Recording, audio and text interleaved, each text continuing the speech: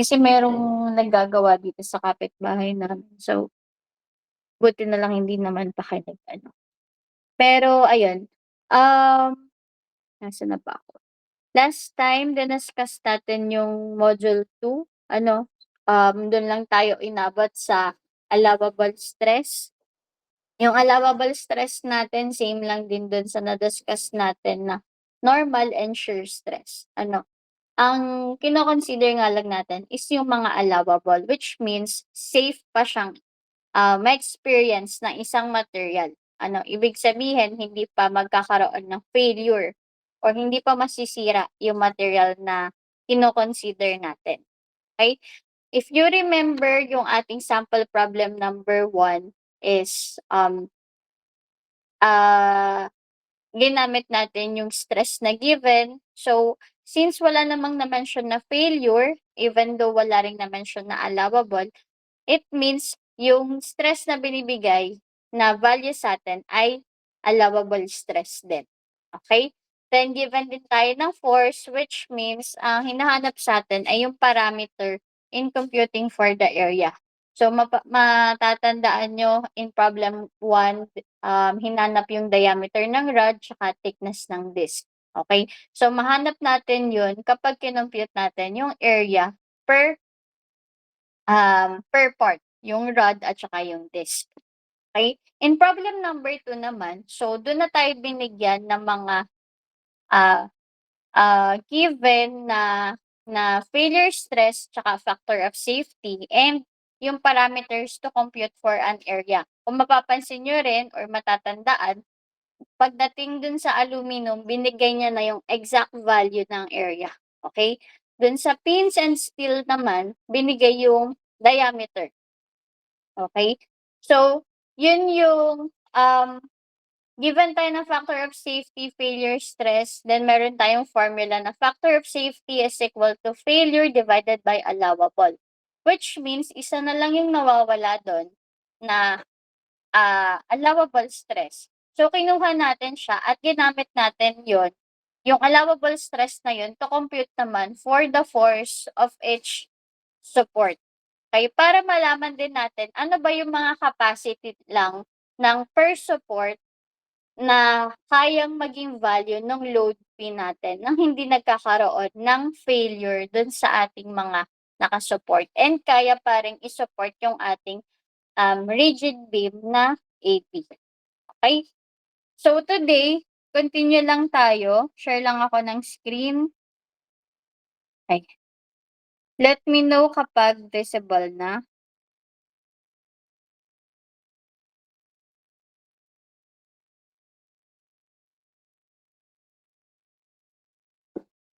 Visible na po ba? Yes po. Ayun, sige. So, proceed na tayo dito sa second part ng module natin which is the deformation. So, before pala 'to, na-distribute na po ba natin yung manual? Ma'am, ilan pa lang po ang nakakakuha po ng module? Kasi po hindi pa po kami nagkikita-kita po lahat. Okey. Pero yung mga kaya naman ng kumuha, nakakuha na po? Nakakuha na po yung iba po, ma'am. Ayun, sige, sige. So, dun sa mga nakakuha na, puwede niyo ng gamitin yung inyong manual, para magsulat ng mga solutions niyo or, anything na related dito sa ating problem, yung mga notes, ganyan. Tapos dun sa mga hindi pa po, lalo na yung mga, hindi siguro nagdo-dorm within the area lang ni Rochelle, okey lang naman. So, kapag nag-face to face na lang kayo, kunin niyo sa kanya, para meron na kayong, hard copy ng ating mga modules. So, puwede naman screenshot niyo na muna yung mga solutions natin and then sa kanya na lang i-transfer or kung gusto niyo rin naman, isulat niyo na dun sa mga extra papers niyo, then puwede niyo naman ding i-attach na lang dun sa inyong manual or i-re-write yung solution, okey? So, kumpleto naman na yung na kay Rochelle. Then Rochelle, nasa iyo pa ba yung 16 modules pa? Yes. Yes po. Sige, if ever mamaya 'pag nakausap ko na yung isang BOD, baka ipa-contact ko na lang sa'yo para makuha niya yung mga manual nila. Okey? Ayun, sige. Thank you. So going back na dito sa ating discussion, deformation. So dito na papasok yung ating strain na sinasabi before, ano, kasi 'di ba meron tayong normal stress, then meron siyang corresponding normal strain. Meron tayong shear stress, therefore meron din siyang corresponding shear strain, okay? So whenever a force is applied to a body, it will tend to change the body's shape and size. So these changes are referred to as a deformation. And they may be either highly visible, so ibig sabihin kaya agad nating makita yung pagbabago dun sa isang material after applying a load. Or possible din naman hindi siya ma-notice pero meron na ding change in its size and shape kahit sobrang liit lang na value niya. Okay? So, ibig sabihin, any change in its size and shape, it is considered as deformation or parang na-deform na yung isang body. Okay? So, deformation of a body can also occur when the temperature of the body is shaped. So, hindi lang yung cause ng pag-change in size and shape is due to a loading. Possible ibang parameters din. Okay? Such as yung temperature natin. So, a typical example is the thermal expansion or extraction of a roof caused by the weather. So, of course, 'di ba kapag mataas yung temperature, possible mag-expand yung material, 'di ba? So, meron dong thermal expansion. Kapag naman malamig, so possible naman dun mag-contract. So, depende siyempre sa type ng material na kino-consider natin yung magiging effect nung temperature natin sa material, okay? So, dito na rin papasok yung ating strain. So, sabi ko nga meron tayong iba-iba ding type ng strain depende sa kung ano rin yung iba-ibang type ng stress natin, okay? So, 'di ba meron tayong normal stress, therefore meron din siyang normal strain. Etong strain natin na 'to or yung normal strain naka-base siya sa length, okay? Sa length ng isang material. So, yung formula natin for the strain or yung ating symbol muna for the normal strain is etong parang letter E. Ibig sabihin yan ay epsilon or tawag natin diyan ay epsilon. So, meron kayong makikita minsan naka-average, yung normal strain equal lang din siya sa average normal strain. Ano, kino-compute lang natin yung kanyang average normal strain. So, kapag average normal strain, siya po ay final length minus the original length divided by the original length. Same lang siya dito sa nasa formula, ano, yung delta S. Dito nga lang, ang ginamit niya kasing variable, delta S, which means yun ay length. So, kapag may prime, ibig sabihin yun yung final length. Ano? At yung walang prime naman, ibig sabihin yun yung original length. Pero ako, mas prefer ko na gamitin na lang yung L, which means yun ay length. Kasi baka mamaya malito kayo, kunwari, meron kayong ibang subject na gumagamit rin ng variable na S. Kasi iba yung meaning niya, hindi siya same na length. I think in term mo siya ay entropy. So, para hindi kayo malito, pwede namang baguhin natin, ano, gawin nating LF at saka LO. Kasi mas madali ding maintindihan na, okay, yung L ay length, then O is original, F naman is final. Okay? Then, yung LF minus LO equal din siya to the change of length divided by the original length. Okay? Yung difference ng final and original, yun po ay change of length. So, mapapansin nyo kung halimbawa, meron tayong unit na meters for final length. Then, meron din tayong unit for original length na meters. So, dapat syempre same sila ng unit per meter. So, meter minus meter is still meters. So, wala namang pinagbago, dun lang tayo magbe-base or magsu-subtract sa, value niya. Pero yung unit as is pa din, okey?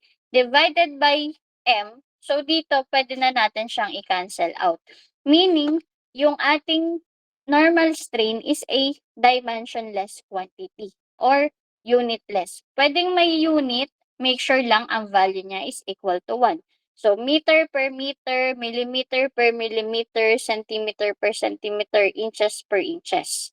Equal lang yon to 1. Pero bawal yung meter per millimeter, hindi na siya equal to 1. And ang mangyayari do'n is, meron siyang unit, 'di ba? Eh, ang sabi nga natin for the normal strain siya ay dimensionless. Okay? So, kapag may sagot kayo kunwari ang sagot niya is 0.123, puwedeng eto na yung answer niyo. Puwedeng walang unit, puwede rin namang meter per meter. Okey lang din, okey? Bawal yung nakalimutan na meter lang. Kunwari 0.123 meters tapos ang sinolve niyo ay, normal stream, mali po yun. Kasi 'pag mali ang unit, mali na din, okey? Yun ang golden rule natin ha, pagdating ng mga assessment natin. 'Pag mali yung unit, mali na po. So, 'wag makakalimot kasi napapansin ko kadalasan sa mga student alam naman yung process, tama yung sagot or yung value, pero nagiging careless pagdating sa unit. So, nababawasan yung score or mas bumababa yung score na dapat umaabot na sa passing grade or passing score, okey? So, ayan ay simple reminder, ayan.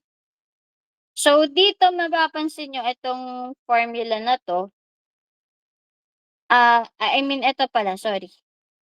Same lang din po 'yan sa equation natin na ganito, okey? Kasi, dito na lang kayo mag-focus. So, 'di ba meron tayong normal strain is equal to final length minus the original length divided by the original length. So, dito nag-cross multiplication lang siya or gumawa lang siya ng equation for the final length.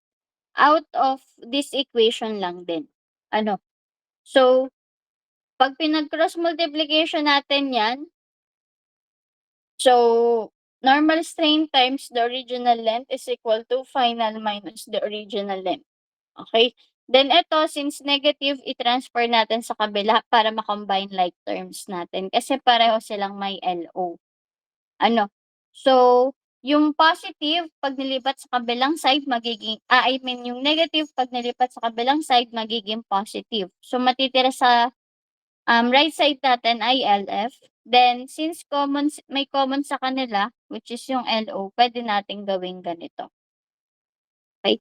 Same lang po siya sa nanditong equation, okey? So kapag ang nakuha nating value for the normal strain ay positive, siya ay mag-e-elongate or ang ibig sabihin yung in-apply na force ay tensile force. Ibig sabihin pahila yung force natin, kaya humaba din yung material or yung length ng isang material. Kapag ang force naman natin ay compressive, so siyempre 'di ba ang tendency niya is to compress, to contract, to shorten, to squeeze. Ano pa bang mga iba't ibang term? Um, Basta nag-contract siya or nag-shrink siya. So, um, ang mangyayari dun or ang applied force natin dun ay compressive force, okey? Patulak naman siya, okey? Then dito, so yung value niya ay negative pagka-contraction nung ating shear strain, normal strain, sorry. Meron ba kayong question dito sa normal strain natin? Wala? Okey. So, meron din tayong shear strain kasi 'di ba meron tayong na-discuss na shear stress. yung corresponding strain niya is the shear strain. Dito, ang pinagkaiba naman ng normal at saka ng shear strain, yung normal strain natin nagbe-base siya in length. Etong shear strain naman nagbe-base siya in angle. Okay? Again, pag normal strain, naka-base siya sa change in length. Kapag naman shear strain, naka-base siya sa change in angle or yung direction natin. Okay? And yung shear strain natin na variable is yung gamma. Ganito. Yung parang paway or basta gamma. Okay? And take note na siya ay always measured in radians. So, dapat yung value na pinoprovide natin ay in radians. Okay? Yung radians, hindi po siya unit. Measured lamang siya. Okay? So, kung halimbawa ang makuha nyong value is in angle, so kailangan i-convert nyo pa to radians. So, baka nakalimutan na yung conversion. Kapag degrees, ay wait lang. Degrees to radians. So, that is yung degrees na value times pi over 180 degrees. So, yung magiging answer na nito ay radians. Okay? Kapag naman radians to degrees, ganun lang din, babaliktaran lang. 180 over pi. Okay? So, yung formula naman natin to find yung radians is pi over 2 minus the final angle. Take note ha, final angle. So, difference siya nung original angle. So, kasi yung pi over 2 original angle yan. Lalo na kung naka 90 degrees naman talaga. So, pi over 2 minus yung ating final angle. So, nakita nyo yung 90 degrees, ang ginamit niya is in radians kasi dapat yung shear strain natin ay measured in radians. Okay? Pero kung sanay kayo sa degrees, pwede naman i-degrees nyo muna and then convert it after sa radians kapag yung final answer na. Okay? Sa solution, pwedeng naka-degrees pa, pero pag final answer na, in radians po dapat. Okay? Kapag ang answer nyo ay in degrees, mali po yun. Okay? Yun yung usapan natin ha, mali po yun. Kapag ang nakuha nyong answer, kunwari, tama naman yung equivalent value niya in degrees, pero nakalimutan nyo siya i-convert to radians. So, mali na yun. Okay? So, dito, mapapansin nyo yung sign naman ng value for the shear strain. Kapag positive ang nakuha nyo, ibig sabihin, wait lang. Shear strain is positive if shear strain is less than pi over 2. Yung shear strain naman natin is negative if yung shear strain natin is greater than pi over 2.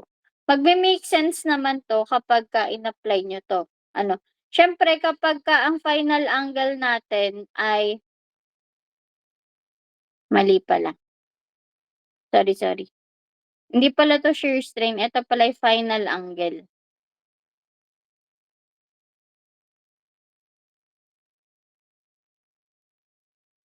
Syempre kapag ang final angle natin ay mas maliit sa pi over 2, ang makukuha nating value ng shear strain ay positive. Pero kapag ang final angle natin ay mas malaki sa pi over 2 or mas malaki sa 90 degrees, syempre yung makukuha nating value for the shear strain ay negative. Okay? May question po ba dito sa normal strain at saka shear strain?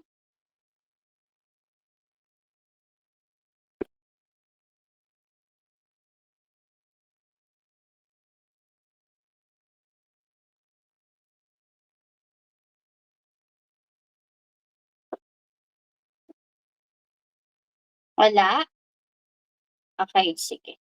Wait lang ha.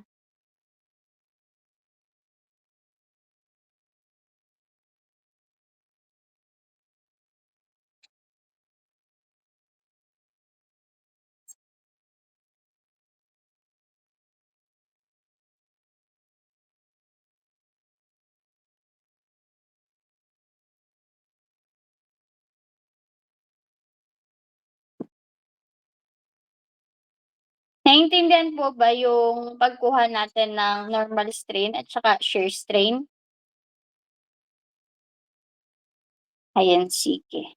So, proceed na tayo dito sa ating sample problem number 1. A slender rod shown is subjected an ini to an increase of temperature along its axis, which creates a normal strain in the rod of, so given tayo nitong equation, where Z is measured in meters. Determine the displacement of NB of the rod due to the temperature increase and the average normal strain in the rod. So, sige. Kuha tayo ng bagong,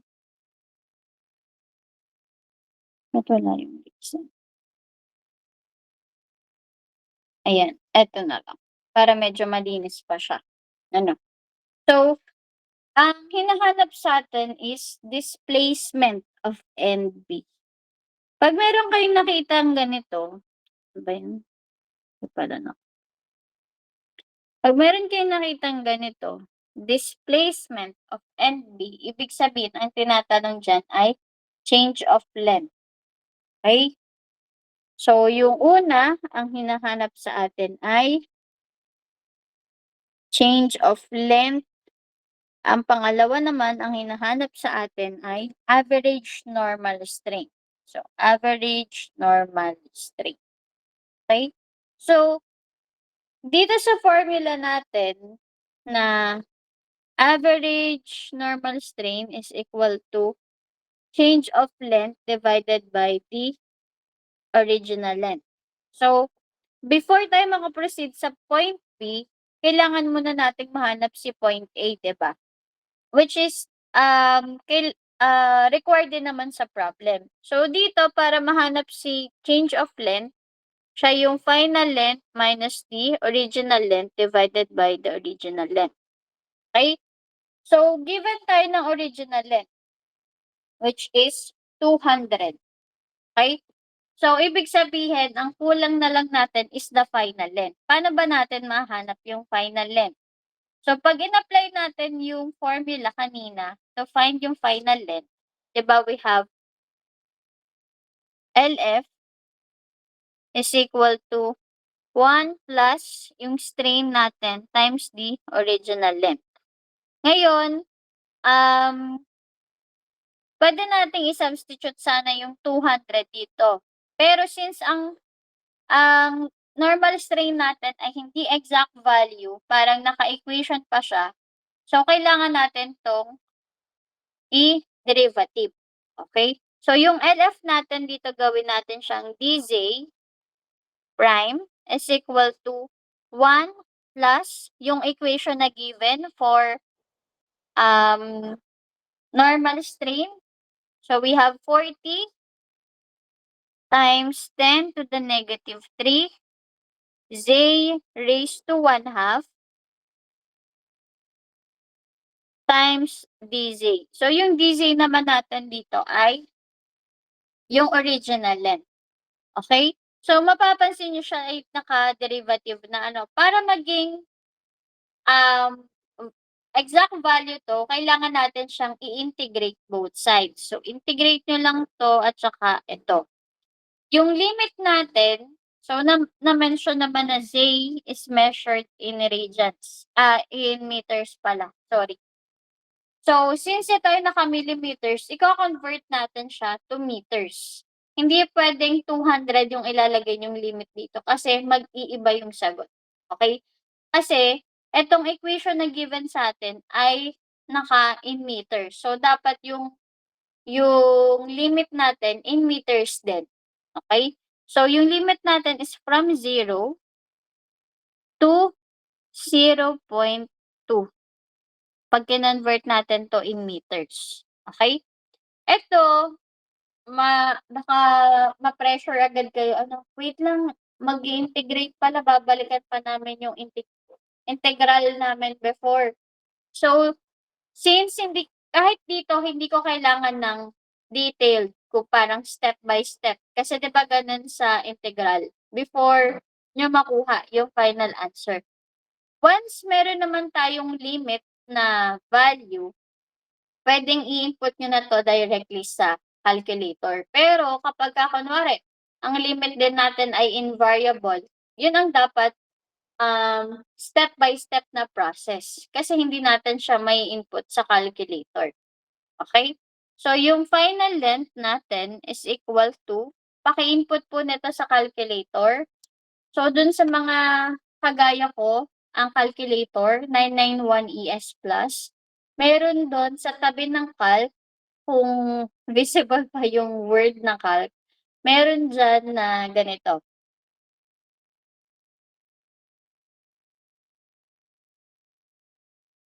'yan. 'Pag kinilik niyo 'yan, ang magiging itsura is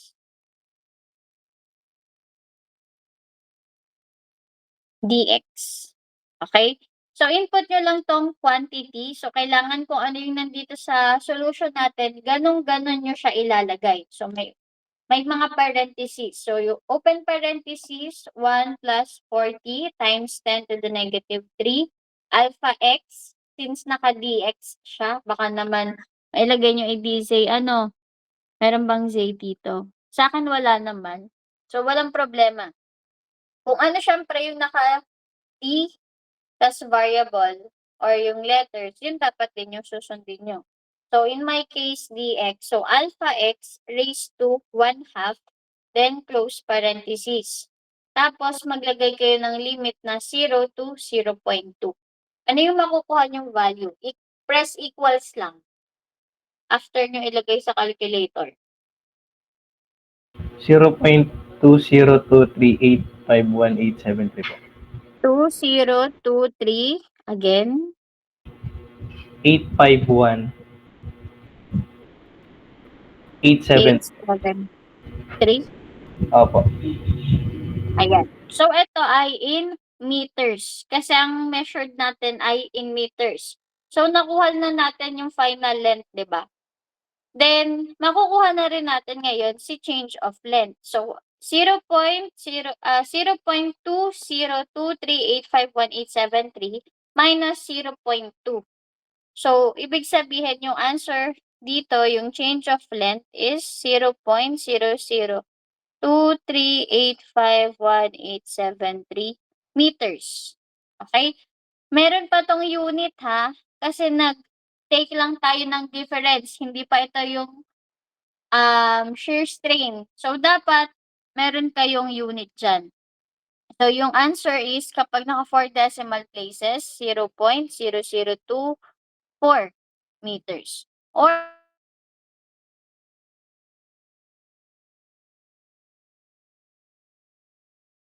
2.3852 times 10 to the negative 3 meters. Acceptable 'tong dalawang 'to sa'kin, kung naka-in decimal or in scientific notation, okey?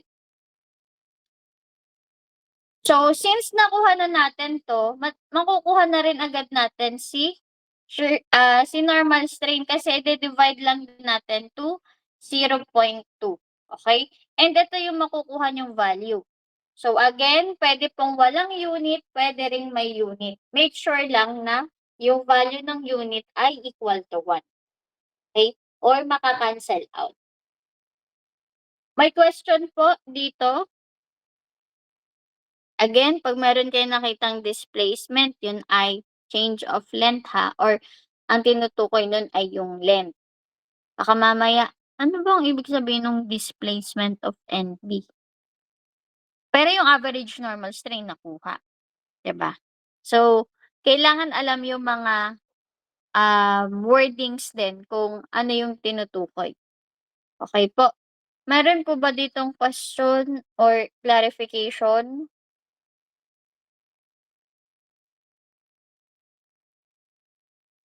Wala? So far, clear pa naman? Okay. Sige. So, proceed na tayo dun sa next problem.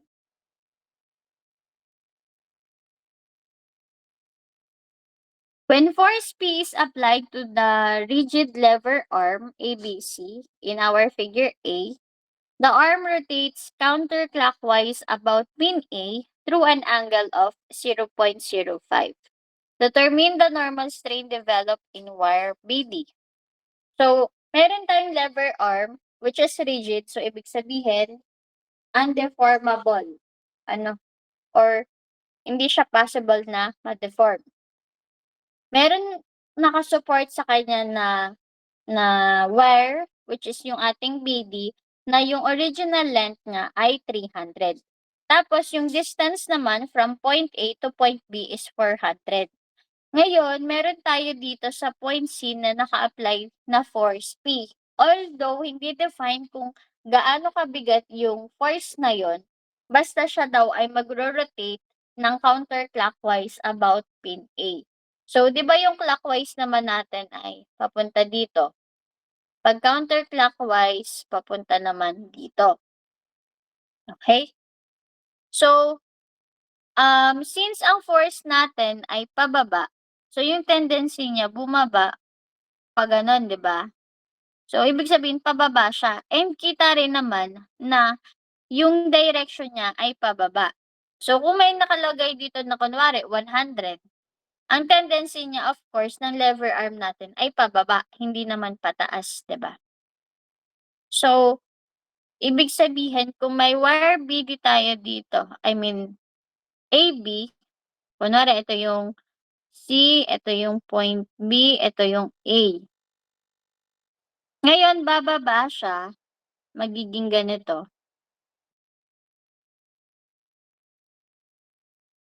Ito na yung ating C, tas ito na yung ating B prime. Yan. Kasi nagbago na.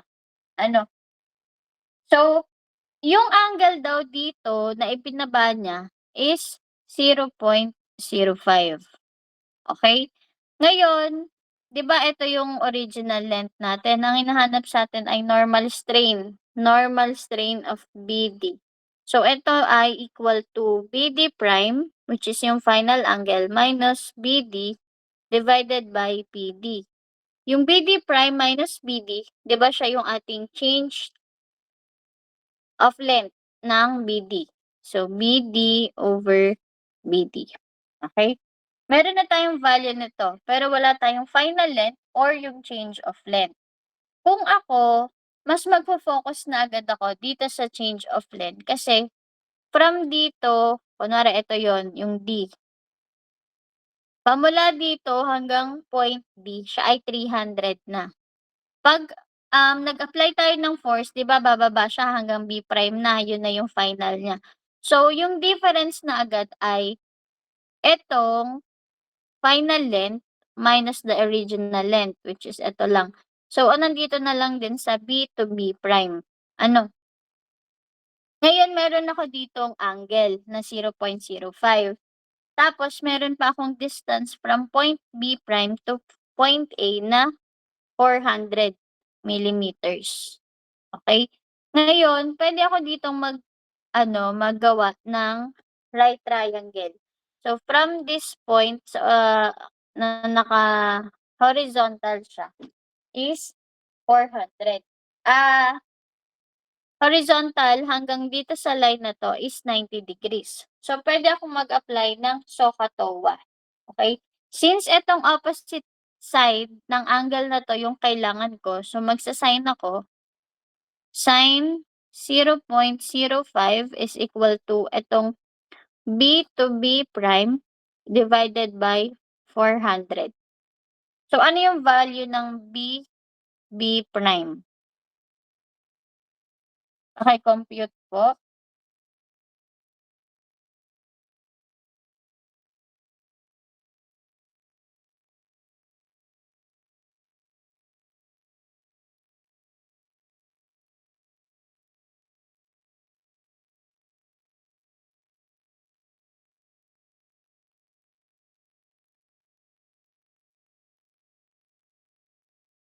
Hello, na-compute na po ba?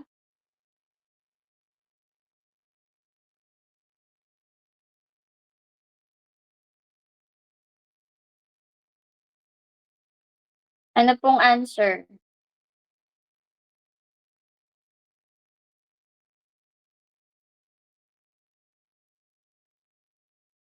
Sine 0.05 times 400. 0.3490 65 8061 po. 8061 millimeters, sorry. Ano? So, nakuha na natin ngayon yung change of length, 'di ba? So, ibig sabihin makukuha ko na rin si normal strain. So, 0.349065861 divided by 0.3. Yun yung original length niya. Millimeters. Ay, sorry, hindi pala siya 0.3. 300 pala. 300 millimeters per millimeter. So, ano yung value ng shear strain? Ng normal strain?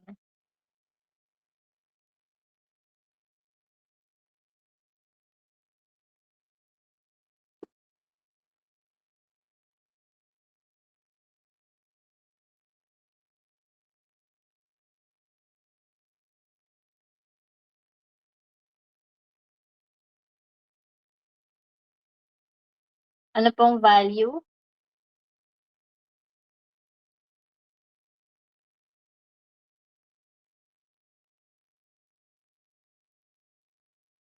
One 1.1636 times 10 raised to negative 3 po. 1.1636? Opo. Naka-round off na po yun. Okay. Times 10 to the negative 3. Opo. Okay. Ito pala yung millimeter, sorry. Pero sabagay, di na rin naman nagma-matter yung unit. So, pwedeng ito na yung answer nyo. Okay, pag naglagay ng unit, again, dapat cancelable. Okay, so pag chinek natin, yan, 1.16. Tama naman sa naging sagot. Ano? So, dito, marirealize nyo, bakit ang ikli lang ng solution ni ma'am compared to yung nasa solution sa problem? Kasi, dito marami tayong iba't ibang ways para ma-determine yung normal strain. Hindi siya yung kung ano yung tinuro ko, yun lang din. Depende yun sa inyo, lalo na pag tinignan nyo yung problem. Kung saan ba kayo madadalian, hanapin yung required. Okay? Dito kasi, nag-focus na agad ako, dito pa lang. So, gumawa na lang ako dito ng right triangle. Okay? So, kung halimbawa, gumawa kayo dyan ng right triangle, kunwari, kasi alam nyo, ito straight line lang, di ba? Tapos ito naging slant na. So, automatic, yan yung right triangle natin. Di ba?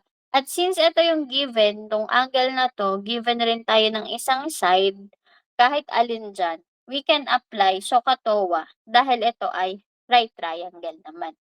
Okay? Dito sa solution na nasa problem, marami siyang pinagdaanan. Okay? So, di ba given tayo dito ng height ng BD which is 300 at saka originally yung AB natin ay 400. Kaya ko kasi nasabing yung A to B prime ay 400, wala namang nagbago, nag-move lang siya. So, kung ano yung distance from AB, yun lang din yung distance niya from AB prime. Okay? So, wait lang.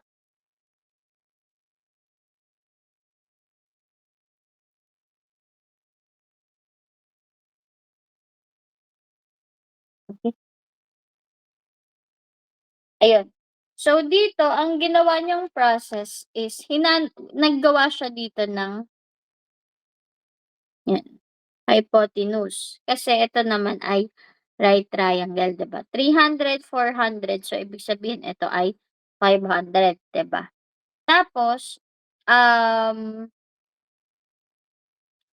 pwede niyang kunin yung angle dito o kaya naman ay dito. Ano, so puwedeng SOHCAHTOA ulit kasi 90 degrees naman. So, bahala na kayo kung anong, bet niyo. Pero dito,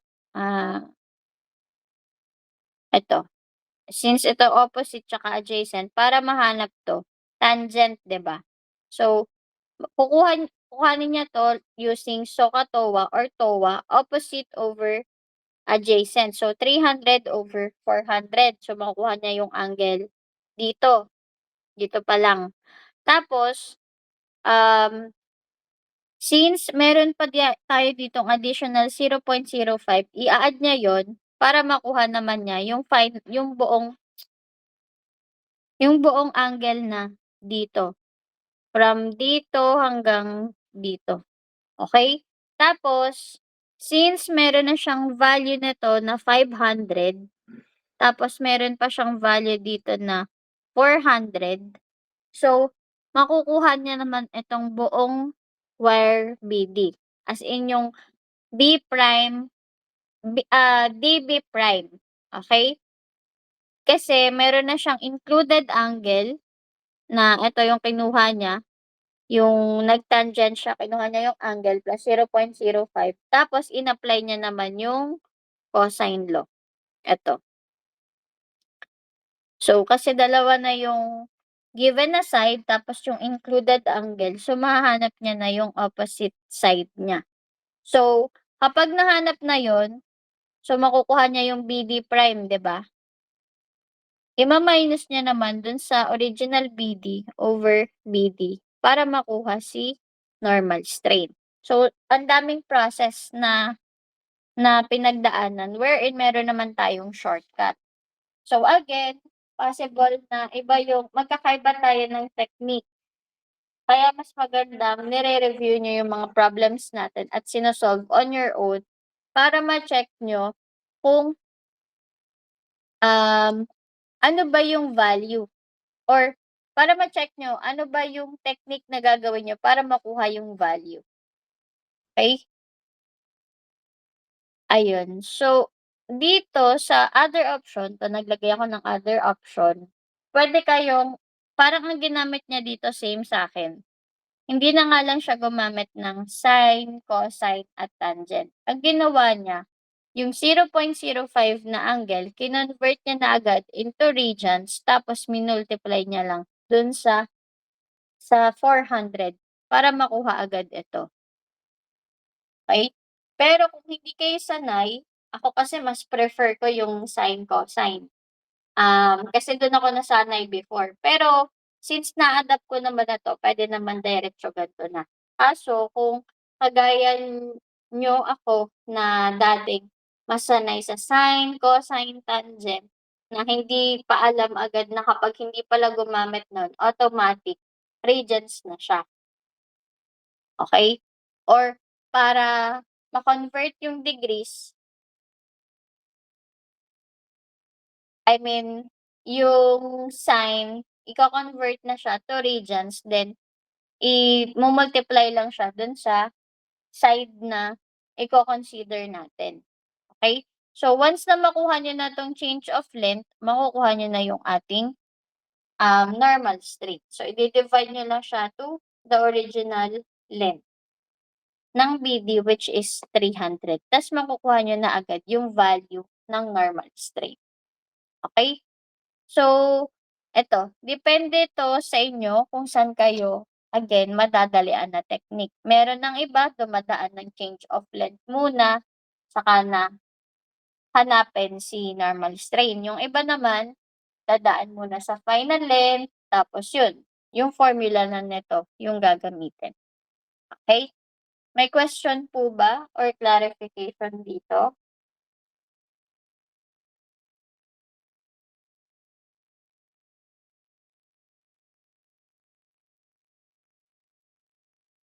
Clear naman po yung discussion?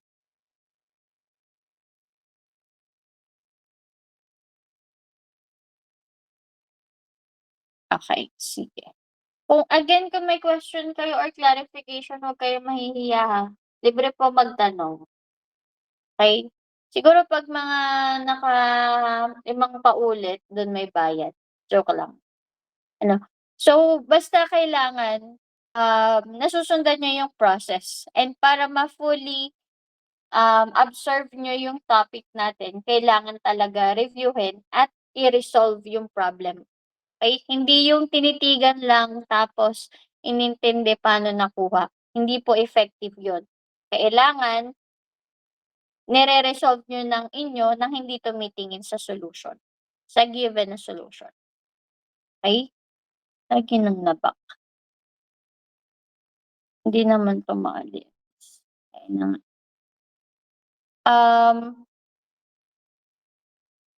Wait lang ha.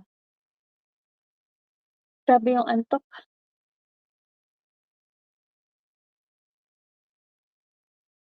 Okay.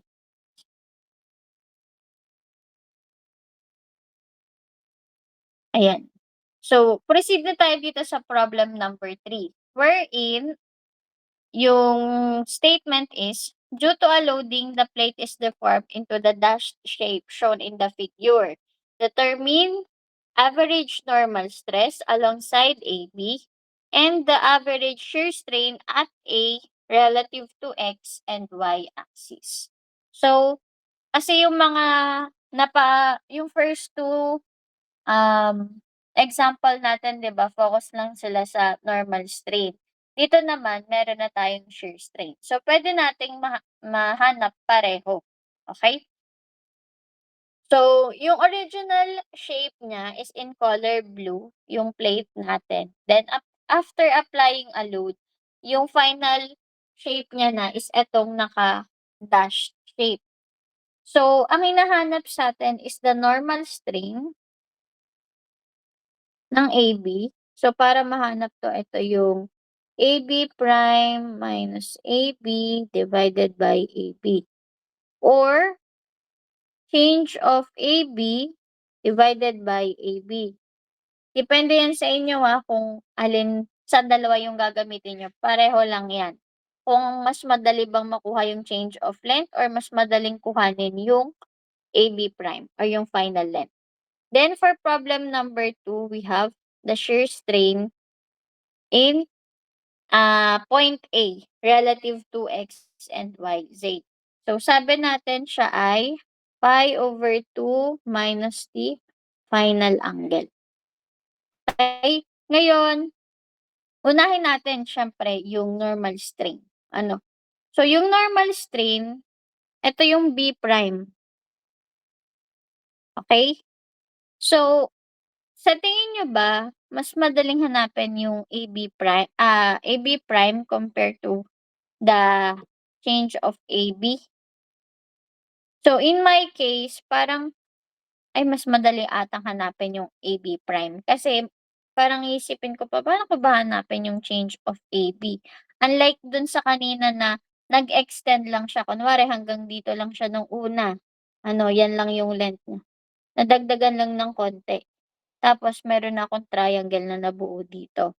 Dito naman parang, paano ko ba hanapin yung difference ng dalawa? So, in my case, gagawin ko na lang 'tong AB prime. Yung AB prime, eto yun 'di ba? Puwede akong mag-draw dito ng triangle. Magfo-form pala ako ng triangle. Tapos gagawin ko 'tong right triangle. So, yung AB prime ko ngayon dun sa right triangle na finorm ko ay hypotenuse. So, since right triangle siya, pwede kong i-apply yung Pythagorean theorem. Kailangan ko lang ng distance nito. So, meron akong AB prime is equal to the square root of 250 kasi originally 250 siya. Then, bumaba siya ng 2 meters. Ito, yung na-mention dito, ng 2 meters. So, yung height nito hanggang point A ay 250 minus 2. Then, squared plus yung distance naman nitong part na to. Which is, ang sabi, 3 meters daw. 3 millimeters. So, 3 squared. So, ano yung value na makukuha nyo dito?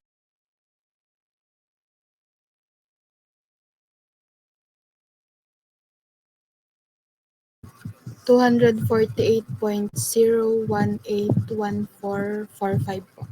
248 point, sorry, 018 1445 po. millimeters. Okay? So, nakuha nyo na yung AB prime. Meron naman kayong AB. Makukuha nyo na si normal strain. So, ano yung value ng normal strain natin?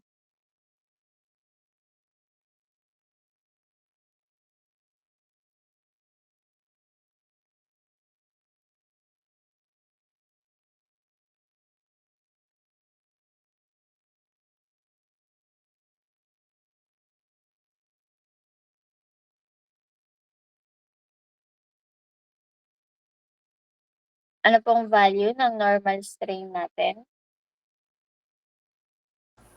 Negative 7.9274 times 10 to negative 3 po.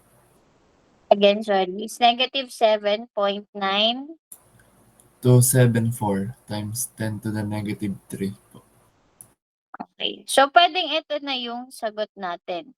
So, yung negative sign dito, indication lang siya na siya ay nag-contract. Kasi pag tinignan natin dito sa figure, dapat lang naman na mag-negative siya. Kasi mas lumiit siya compare dun sa original. 'Di ba? And mapapansin nyo rin yun dito sa AB prime. From 250, naging 248 na lang siya. So, dapat lang na siya ay mag-negative dito. So, pwede nyo din namang lagyan ng note na negative means contraction. Okay? So, meron na tayong value dito. Next is yung ating shear strain A. So, di ba, ang original natin 90 degrees. Ngayon, yung final length ay ito. I mean, final angle. So, naisip ko, bakit ako maghahanap pa ng final angle kung kaya ko namang hanapin na agad yung shear strain, which is ito. Kasi 'di ba, ang shear strain kasi is plus yung final angle, ang total nila pi/2. Okay? So, ayan. So, ganun din parang itinransfer lang natin 'to dito. So, sa halip na mag-focus ako sa mga final angle, mas kaya ko ng kunin agad diretso yung shear strain at point A. So, paano? 'Di ba meron ako ditong side na 'to, which is 248 kasi 250 minus 2. Tapos meron pa ako ditong hypotenuse na nakuha ko na rin naman 'to. At lalong itong side na 'to, which is 3 millimeters. So, mamimili na lang ako alin dun sa SOHCAHTOA, 'di ba? Pero since 'pag nag-sine, tangent at saka cosine pa ako, degrees yung makukuha ko. So, puwede namang hindi ko na siya gamitin. Ia-apply ko pa rin yung opposite, hypotenuse at saka so, yung ating shear strain is ako in my case or yung prefer ko pala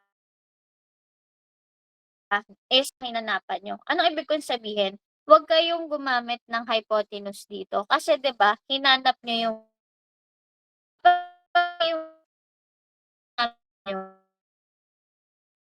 yung shear strain. So, maaapektuhan. Wherein puwede naman na kung ano na yung given para safe din ako kahit papaano. Kung magkamali man ako in letter A, maiisalba pa rin yung letter B. Ano, so tsaka yung 248 kasi sure na yun yung value. Unlike dito na possible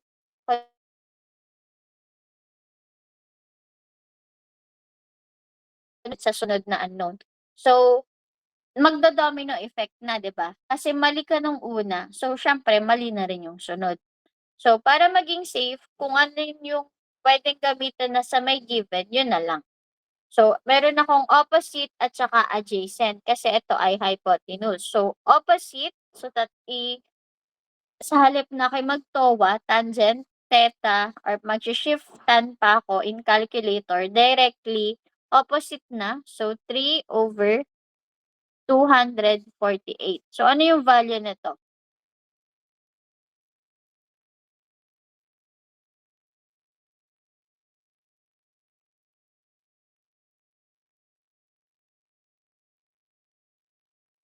Zero 0.0121 po. 0.121. Okay. So, ito ay in radians na. Okay? So, ito na yung ating sagot.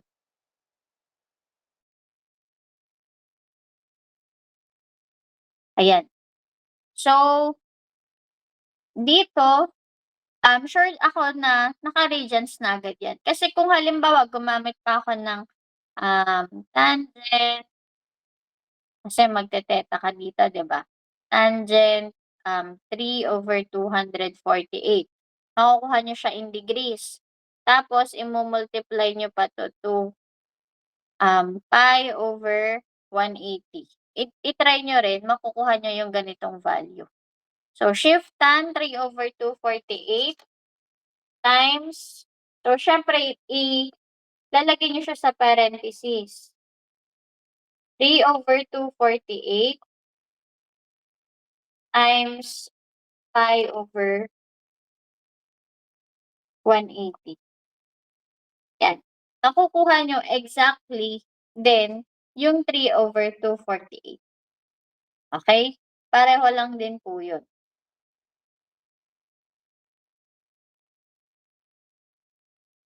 May question po ba? Or clarification dito?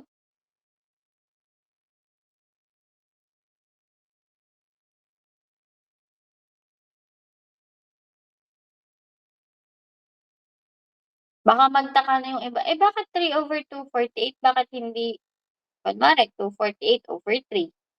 So, kasi ginamitan natin siya ng logic nung tangent, yung opposite over adjacent. Kung hindi naman sanay na directly gano'n, puwedeng ganito, tangent muna, ta's makukuha niyo siya in degrees, yung degrees naman ngayon iko-convert niyo na lang to radians. Medyo mahabang process pero at least safe and na-gets niyo naman kung paano naging gano'n yung value. Ano? So, dun kayo sa kung ano pa yung, dun kayo sa kung saan niyo pa naiintindihan yung solution or kung paano iso-solve. Ano, then kung nagtagal-tagal na, 'pag sanay na, puwede na kayong mag-transfer to other technique naman na, okey automatic basta gamitin ko lang din yung logic ng SOHCAHTOA kahit hindi ko na gamitin yung sine, cosine at sine, automatic yung makukuha ko ng value nun ay in radians. Okey? May question po ba dito or clarification? Wala? Again, kapag meron kayong question, huwag kayong mag-hesitate mag-raise ng inyong question, ha? Then meron tayo ditong sample problem number 4. Di ko na 'to iso-solve since naka 3 problems naman tayo and last sample na rin 'to. You can try this on your own. Meron tayo ditong solution. So, I'm not sure kung ano sa manual natin, pero i-upload ko rin naman 'tong module 2 natin sa classroom para dun sa ibang wala pang manual. Kung halimbawa, late na this week makukuha, so at least mare-review niya pa rin since meron uploaded sa classroom. Then, i-try niyo 'tong sample problems natin kahit yung mga na-solve na natin. Malay niyo meron kayong ma-discover na different way or technique naman ng pagso-solve ng problem kung saan mas gets niyo siya at mas madali yun para sa inyo. Wala naman akong nililimit na ay bawal yung way na yan, eto lang, yung way ko lang yung sundan niyo, hindi naman po. Basta kung saan kayo comfortable na i-solve yung problem at nakukuha niyo naman yung sagot in, correct way, walang problema. Kasi again, iba-iba naman tayo ng, problem solving skills din or yung technique 'pag nagso-solve ng mga problems. Okey? So, dito sa ating problem number 4, average normal strain pa rin naman in diagonal AC and shear strain naman at point E. Okey? So, dito kasi 150 by 150. So, 'pag pinag-divide natin sila into 2, 75, 'di ba? Pero dito, sa final figure natin, nagkaroon ng change dun sa, width niya. So, naging 152. Okey? Then, ganun pa din, kunin niyo lang yung normal strain at AC at saka shear strain at E. So, reviewin niyo lang itong mga sample problems natin. Hindi ang pagre-review ay hindi basta tinitigan at inintindi yung solution na nakasulat. Kailangan nare-resolve niyo on your own without looking dun sa solution. Kung hindi pa effective or hindi pa kaya, puwede naman na sige, i-check muna paano na-solve. Tignan yung solution, paano yung naging flow. Then once na nage-gets niyo na, puwede na kayong mag-try on your own nang hindi na nagre-rely dun sa solution na meron kayo. Okay? Then we also have exercise problems dito. Yung 1, 2, 3, 4, 5, 6, 'yan. Magandang i-resolve niyo din 'tong mga problems na 'to para ma-practice kayo ng ma-practice. Okay? And, magandang preparation rin 'yun para sa ating assessment. So, since na-discuss na natin yung module 1 and 2 and hanggang sa module 2 lang din kami dun sa naunang section kanina. So, gano'n na lang din muna sa inyo kahit meron pa tayong time. Ibigay ko na lang yung remaining time natin to at least, absorb yung diniscuss natin ngayon and makapag-prepare na rin kayo for your lunch. Ano, next week, quiz po tayo, Saturday. Sakto na face-to-face din yung schedule natin on Saturday. Then Sunday naman, continue tayo ng discussion for module 3. Okay? Meron po bang dito or concern? Yes, Rochelle. Sa natin, online po tayo. Online. Kasi para online. Ano bang pag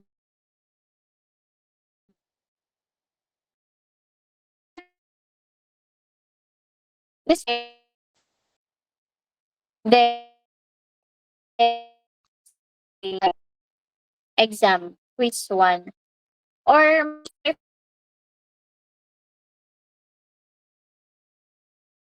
na lang room this day. Pero same time, 10 to 11:30 pa rin. Kasi buong Saturday ko ay is class. So, ayun. Bag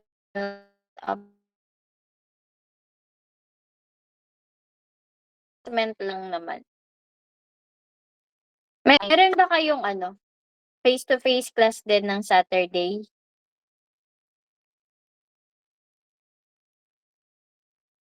Next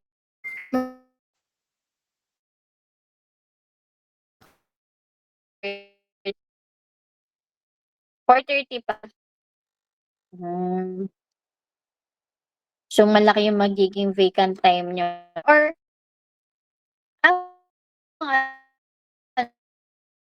natin na 11 lang tayo, meron pa rin naman in between. 4:30 na po ang kasunod.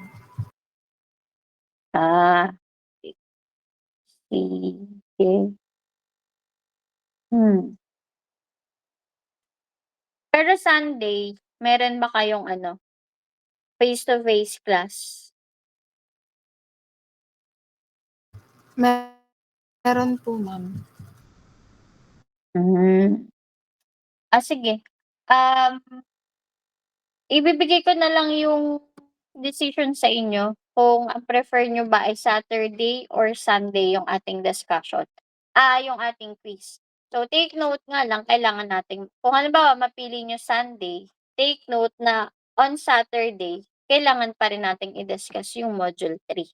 Para lahat ng mga handle ko ay same face lang. So, magmo-module 3 din kasi sila ng Sunday. So, ayun po. Ping mo na lang ako, PM mo na lang ako, Rochelle, kung ano yung mapag-decidean ng buong klase. Okay? So, yun lang naman Sige yung po. discussion natin. And sige, thank you. Discussion natin for today. So, upload ko na lang din yung ating module 2 para dun sa mga wala pang manual. Pero hopefully, ma-claim nyo na yung inyong manual kay Rochelle para at least meron na kayong buong pwedeng pagsulatan. So, dun na lang din kayo magsagot sa mga, pwede nyo gamitin yung back. Although di ko check kasi kung may back nga. Pero feeling ko may back naman yun as your scratch dun sa mga problems na. Okay? So, yun. Yun lang naman for today's discussion. If wala nang concern, pwede na natin i-end yung meeting. Thank you and have a nice day.